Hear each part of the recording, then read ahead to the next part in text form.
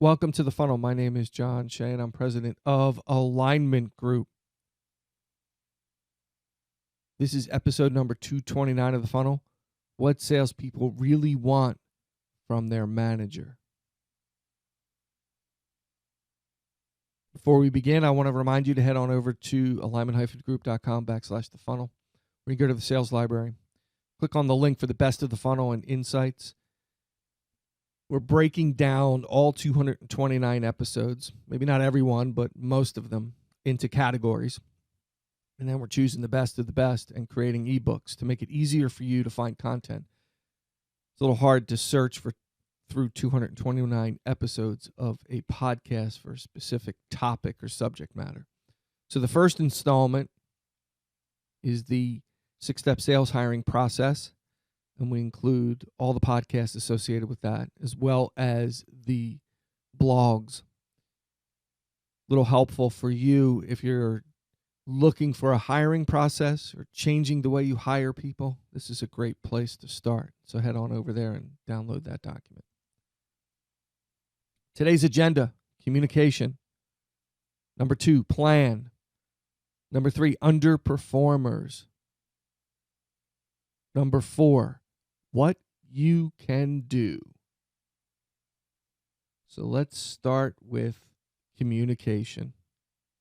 Now that can take on all kinds of different connotations and different contexts in terms of what you're talking about and communicating.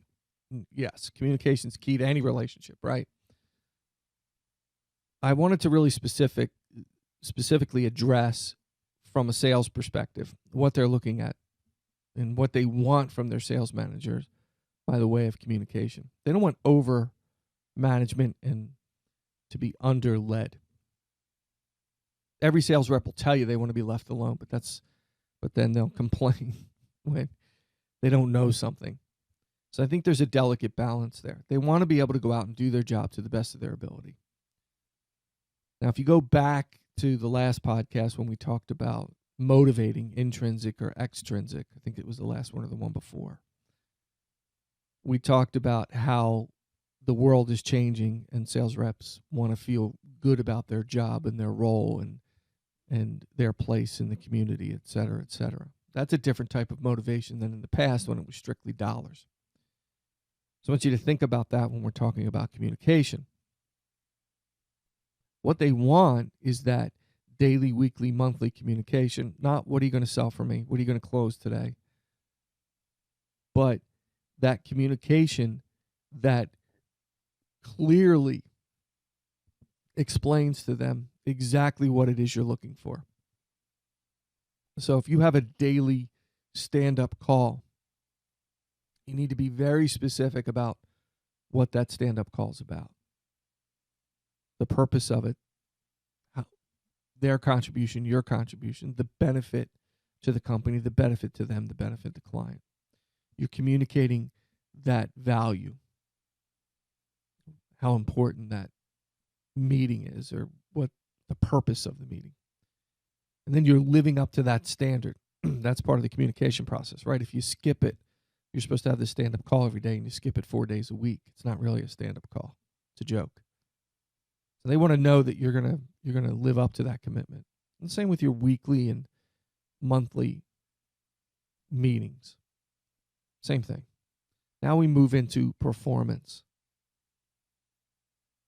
What criteria are you using to evaluate their performance? What does success look like? In the past, it was simple. Hit your number, everybody's happy. Come 1% below that number, we have a problem. That's not really evaluating performance. You could land a big deal that fell in your lap and hit the number. But are you really performing at a high level, and is that sustainable for the next year and the year after, et cetera, et cetera? So they want to know the criteria for success. They want you to clearly communicate what that looks like, not only for them, but for the company and for you. What does my success have to do? They want to know that there's a synergetic relationship there, that it all fits together into pieces.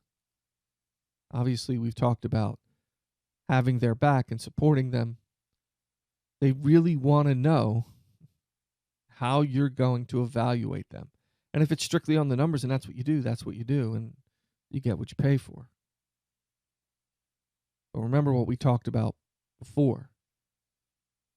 And some things we're going to talk about today. But they want to know if you have their back. They want to know if you support them. They want to know their place in the world. So communication is key here. Not only daily, weekly, monthly, the purpose of those meetings, the outcomes you're looking for, the benefit to everyone involved. They're not just, well, we have to have the meetings because the boss says we have to have them. That's silly. Communicate that and then live up to that. Live up to evaluating their performance. I used to do this annual thing with my boss years ago. He was so unprepared. He'd walk in and, it was like this 2 or 3 hour lunch meeting and supposed to get inside your head and what do you want for your career and what do you want from them and how can they help you? And you go through this 2 to 3 hour thing and nothing changed. So I started looking at it as, well, it's a nice lunch. He always did take you to a nice place. It wasn't cheap. It was great, great food. And he was a great person to be around. Just one of the nicest people you'll ever want to meet. But a really bad manager. He didn't manage. He didn't help me develop my career. Didn't tell me what good looks like. He used to say to me, just keep doing what you're doing. And then when I did something that he didn't like, he'd tell me to stop. So keep doing what you're doing is not evaluating performance and telling them what good looks like.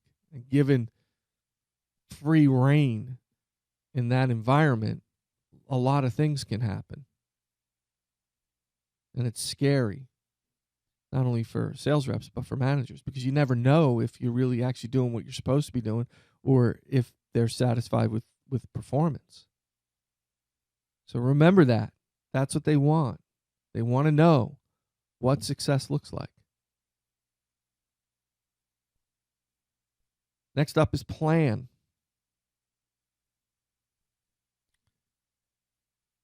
You start the beginning of the year. I'll begin with this. They start at the beginning of the year, or you're in December, you're having these conversations for the next year. And you tell them to go away and tell you how they're going to hit their quota next year, and they come back with 2 or 3 pages of whatever it is that they write. And you review it, you give a few pieces of insight, and off they go. It's not really a plan. They want to know the company's plan to achieve the target. What are we going to do? What's the program? What does it look like? And what do we need to do to be successful? So it's a two-way street, right? Here's the plan for next year from the company's point. This is what we're going to focus on, products and services. This is how we're going to drive it. This is our pricing plan. This is our profit plan. This is the compensation you get. This is how we're going to target the market from a marketing perspective and advertising. This is the support structure that's in place. This is your territory. So these are the expectations from you as the rep. Now you need to go back and write your plan about how you're going to succeed within the confines of that, right? So what's the plan to achieve the target? Well, oftentimes management just looks at the rep and says, here's the target. You write the plan. You come up with a way to get it done. It's not really what they want. They want to work together with you to resolve that problem and to make sure you're on the same page, because they could be heading left and you could be heading right. Just what I said about the valuation. Keep doing what you're doing. What does that mean? And make sure that it makes sense and it's right. They want to know that you have a plan for their development, their skills development. How are they going to get better? And what are you going to do to help them? That's your job. What is the company and what are you going to do as a manager? What are you going to do to help them get better at what they do? Now, if you're taking over a position as a manager and you've got people that have been around for 35 years and had no management or oversight, that's a tough battle. They're beyond that. So you have to decide what you're going to do. Are you going to let them hold you hostage? Or are you going to support them in a way that sort of isolates them as you build around it? I don't have an answer because everybody wants to do it differently. Well, I do have an answer, but on how I did it. if they brought great value to the table, they're good team players and they like, and they're good for the company, they stay. And you just work through that. If they're negative Nellies and they cause a lot of problems and they undermine everything that you do, it's time for them to go, whether they've been there for 30 years or not. That's my response to that. I'm a little off track here. But you have a team of sales reps right now that you're hiring, or people you've been managing for a while. They want to know how you're going to help them develop their skills to get better at what they do. What's the career plan? What's the plan for their success? And how are you going to help them with that development? And I will say this, and as a VP of sales at a company a few years ago, we focused on that, on career development. We weren't always 100% perfect. None of us are. But they had a purpose. They had a career. They had an opportunity. You do this, this is what good thing happens to you. This is what success looks like. We're going to help you with your skill development. We're going to help you with your career. I want to know what you want to be when you grow up. I want to know what you want to be in this company. Do you want management? Do you want a larger account role? Do you want account management? I don't know. So I need to know that from you. I need to talk to you and talk through that. And if I feel like you have a goal for something that maybe you're not built for, I'm going to have that conversation with you. Like, I'm really not sure this is the best place for you to go. Your career might move into this direction. It might move into a management direction. Or maybe some people don't want to be managers. Great. But they want to know if you're going to work with them to create a plan for their development, a personal plan for their success, short-term, long-term. Can you do that? Do you have that? Do you have those meetings? I'm not talking about evaluating performance. That's part of it. But I'm talking about a separate career development plan. Now, there are career development plans that we put in place for people who wanted to be managers. They first became mentors, then field supervisors, where they had one rep that they helped and supported with the manager.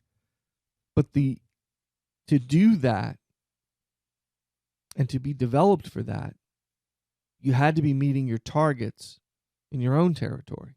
So there's some criteria for that.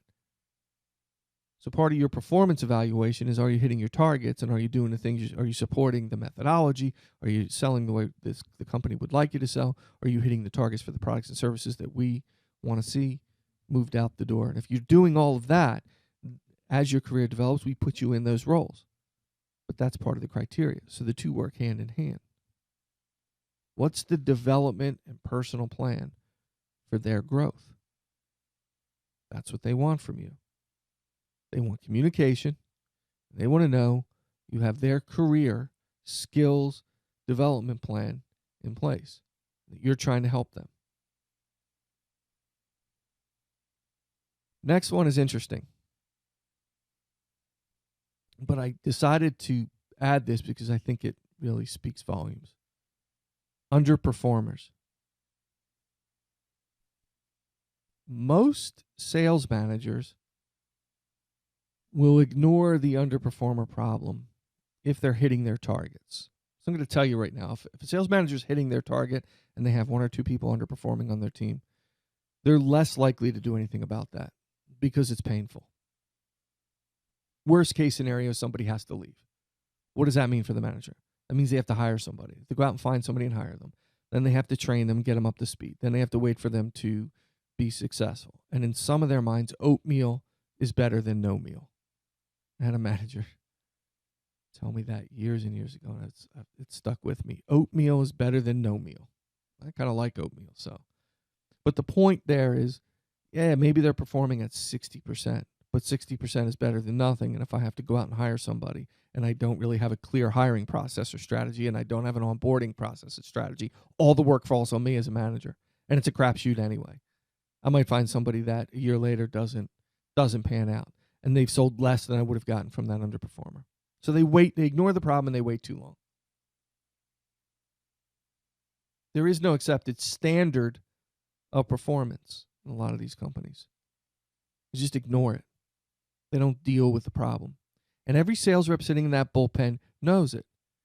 They look at you, and they see the underperformer, and they're like, why? Why am I busting my hump? Why am I following the rules? Why am I doing everything I'm supposed to do to be successful in this company? and I'm succeeding, and I have to sit next to somebody that's performing at 60% and walking around the office like they're the mayor every morning with a cup of coffee talking to everybody. You know who I'm talking about. They're generally not hiding. They're actually kind of out there having the conversations. They're usually very open and vocal. Some of them can be negative. You know, the CRM stinks. This person, this, that, blah, blah. Do you really want that? Why would you ignore those problems? They want you to deal with it swiftly. You have somebody that's not performing, they go on a work performance and a performance improvement plan. Boom.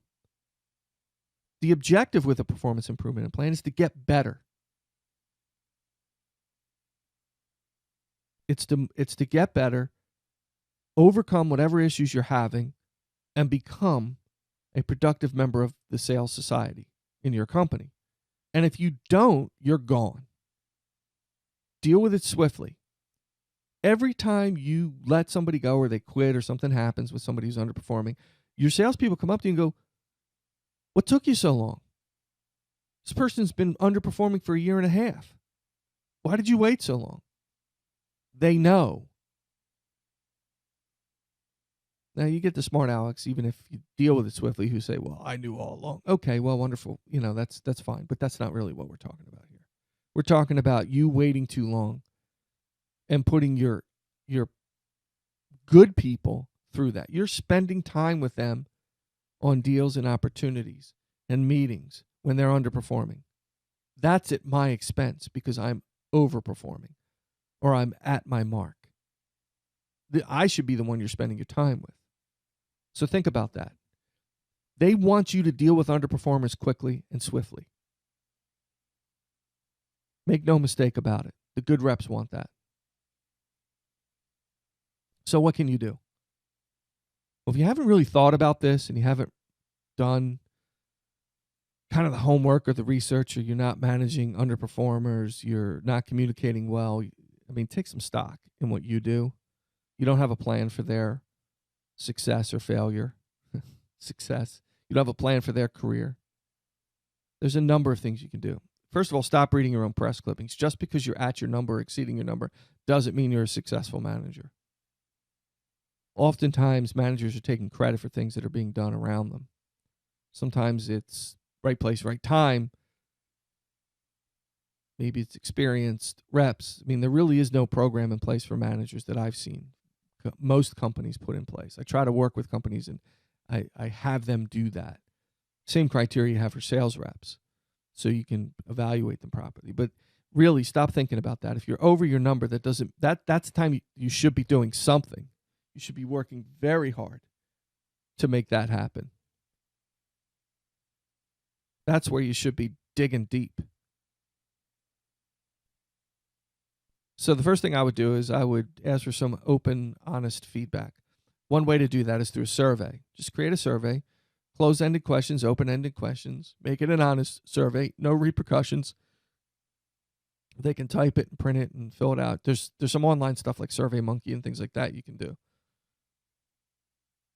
where it's completely honest and open, and you're not trying to figure out who said what. Now, I will tell you, as sure as I'm sitting here, I've sat in meetings where, in a previous company, where they're trying to figure out who wrote the negative content or response, and it made me want to throw up. That's not the purpose. Oh, I know who did this. They're no, they're giving you an honest answer, honest feedback, and if there's consistency in the answers, it's a problem. Of course, people are going to be negative, and some people, that's just the way they are. But this is a way that you can survey your team to find out what you can do better. Don't take it personally. Just take it for what it is and make the adjustments. And if you have a really good relationship with your team, you can sit down with them in an open conversation at lunch and say, "Okay, give me the scoop. What's working, what's not with me? How can I help you?" Now, some of the requests are going to be a little off the charts. You don't need to laugh. You don't need to joke about it. Accept it. I hear what you're saying, but I'm not sure I can provide that at this point. encourage that conversation.